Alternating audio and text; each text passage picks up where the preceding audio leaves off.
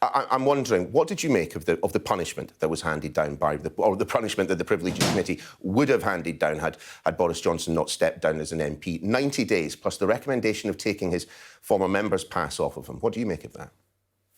Well, I think that the Privileges Committee has done exactly what it was tasked to do by Parliament. And of course, that was a House of Commons with a majority of Conservative MPs.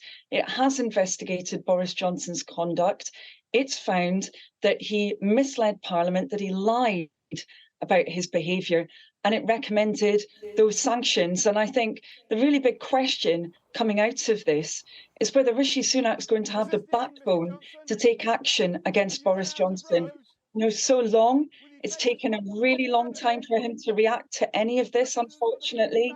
He hasn't stood up against Boris Johnson. And in particular, Rishi Sunak has continued to require the taxpayer to actually pay Boris Johnson's legal bills. Now, that's wrong. Boris Johnson should pay for his legal bills. He's already making a lot of money from speaking at different events. He should pay that money back to the taxpayer. That's what's needed. And Rishi Sunak shouldn't have approved his resignation on his list. And incidentally, he shouldn't look like he's going to approve Liz Truss's on his list either. You know, he just needs to have a backbone on this.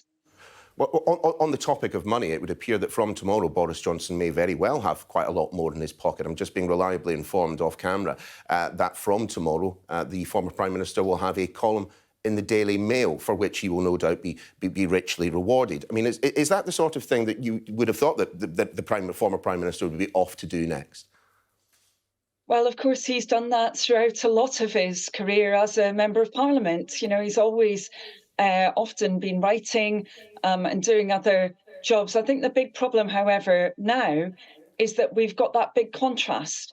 You know, we've got so many people who are struggling in our country with the cost of living, literally counting every single penny. People really worried about the fuel bills, the rising cost of food, and of course the mortgage penalty, that Conservative mortgage penalty that we're not seeing on mortgage users in other countries. So people in the country are really worried about their finances. And yet Boris Johnson has actually had his legal bills paid for by the taxpayer. It's completely unacceptable. Rishi Sunak should stand up to him. He's not been willing to do that until now. Sunak should stand up to Boris Johnson and say, no, the taxpayer is not going to fund your legal bills. Rishi Sunak needs to make sure that there is a vote on that report next week. He's got to be clear with Conservative MPs as well that they should be ultimately acting in the national interest. And I think, you know, a lot of people in the country are just completely sick of this psychodrama within the Conservative Party. They should be focused on the issues that matter to people. Yeah, indeed. Given, though, however, here in Westminster, there's been quite a lot of talk of coalitions and alliances of late. I'm just wondering whether the Labour Party and the Liberal Democrats would sing with one voice on the issue of him not receiving the £115,000 a year that former Prime Ministers get. Well, actually, Labour's been completely clear that we want a majority government. Actually, the results from the last local elections indicate that Labour is on track to produce that. What about stripping over the £115,000 a year? Well, I think many people will be wondering, why does Boris Johnson need more money? But, you know, to me, the clearest thing that needs to change is actually that taxpayer-funded legal bill that Rishi Sunak has in his power to end for Boris Johnson. You know, I've repeatedly called for the taxpayer not to be footing that bill. Labour's been saying this shouldn't have been happening for months and months and months. And as I say, the contrast when we've got those tens of thousands, hundreds of thousands of pounds being stumped up for a former Prime Minister who broke the rules, that contrast with ordinary people's finances is enormous. Explain this one to me, though. If it was right for Chris Bryant to recuse himself from the Privileges Committee, given what he had said about Boris Johnson in the past, you know, we've all seen the tweets that Harriet Harman put out. They've been collated and put out, you know, in the aftermath of this report. Why would it not have been right and proper for her to recuse herself? Well, because Harriet Harman and indeed every member of that committee have just done exactly what they were asked to do. Yeah, but again, sorry, if Chris Bryant left, if I can just finish, they were tasked by all of the House of Commons. That includes Conservative MPs. And in fact, there was a majority Why did Chris Bryant recuse himself then? Conservative MPs. Why did Chris Bryant Well, recuse himself then? obviously, what Chris Bryant does is a matter for him, it's his decision. But I think there's a desperate attempt at the moment by Boris Johnson to try and blame anyone apart from himself for what happened. The evidence is really clear. Boris Johnson was a lawbreaker, and I'm afraid he was a liar as well. That's really clear from this report. But of course, it's not because of any kind of spin from members of the committee. It's clear from the evidence which is set out very, very objectively within that report by the Privileges Committee. The only What is person who's also clear? responsible for Boris Johnson's downfall is Boris Johnson himself.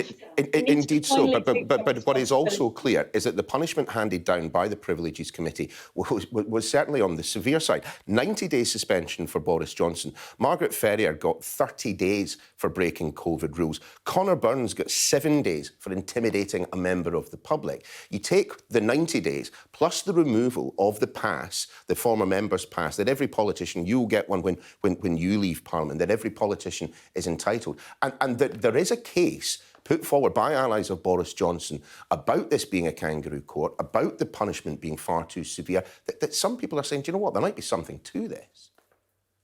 Well, that's certainly not the case. And in fact, as I've said a moment ago, there's a majority of Conservatives, so the party of government, a majority of Conservative MPs on that committee.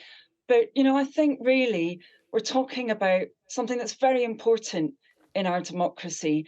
Until recent years, under that Conservative government of Boris Johnson, until those years, there was a really important principle in the House of Commons that if a government minister, let alone a cabinet minister or a prime minister, if they said something that wasn't true in Parliament, whether it was inadvertent or whether they did it on purpose, that they would apologise, that they would, as soon as possible, seek to set the record straight. And that's really important because people in the country need to know that when politicians speak in the House of Commons, if they've made a mistake, that they will quickly rectify that. In fact, I was in the House of Commons yesterday when there was a Conservative MP, to his credit, he'd made a mistake with the statistics that he'd quoted, and he wanted to set the record straight because he knew, like all MPs should know, that it's really important that we're actually open and truthful when we speak in Parliament, and that if we're found to have said something that is untrue, that we take responsibility for that, that we correct the record. Now, what that Privileges Committee report found was that not just once, but a number of times, Boris Johnson did not actually tell the truth in Parliament. And worse than that he knew he wasn't telling the truth in Parliament. And that's crossed quite an important Rubicon. I remember the days when actually, if a minister was found to have said something untrue, their career would be finished as a minister. Yeah, They would I step remember down. those days as well. Responsibility. Exactly. And, really, we need to look at why people are losing trust in government. It's because of these kinds of episodes. It's absolutely right that action's taken against it.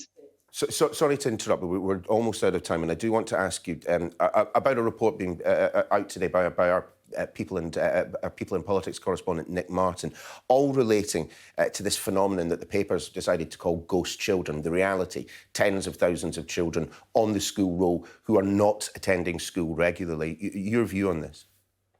Well, I'm really concerned by this. And, Labour's been warning about this for a very long time. Of course, Rishi Sunak said that the government had maxed out in terms of support for those children impacted by COVID. Well, actually, the cost of this is going to be enormous for those kids and indeed for our country in the future. I mean, Labour set out, for example, we would make sure that there was a mental health professional in every school. We think that's really desperately needed.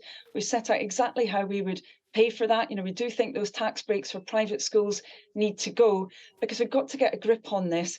Every day, every week, every month that a child is out of school, they're missing out on their learning. They're also missing out on really important other things, that social development that's so important, other factors supporting their mental health. That's why Labour would have a focus on this. We're really calling for that action from the Conservatives right now. It is an emergency situation. Certainly looks that way. Anneliese Dodds, great to have you on the programme. Thanks very much.